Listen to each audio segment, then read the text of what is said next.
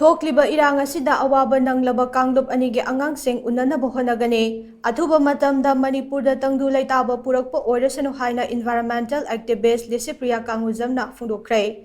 Wapham ngarang dagi houduna ngasi faoba lamdam tonganba mapham shingda hangba relief camp shingda leiriba angang amade miyamga unabaga loinana ngasi ayuk Ibudhou Thangjing khurumba lakpada mahakna phongdokkibane.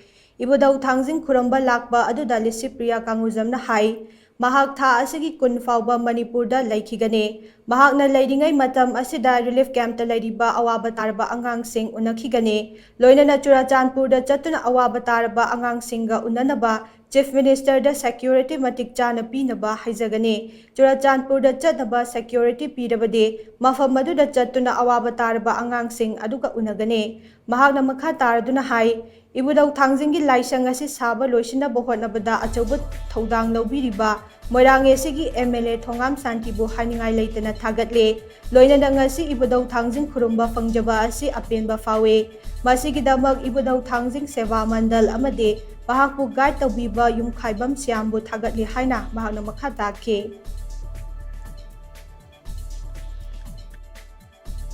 tang natawroi ai atopa side of story animak side of story ju ai ato ani side ke khangnaba myam da hainaba hotnamai khangning do ai adu tawdine chran chanpur chala kandai yam angang singa ai interact tawni moi wai sanani moi problem fundo ai moi khangdokani khangnaba tawni aduga myam ai gi uncle ju na expire hogi ai family gi uncle ju adugi yam pinga ai ne attribute naba is the lakwane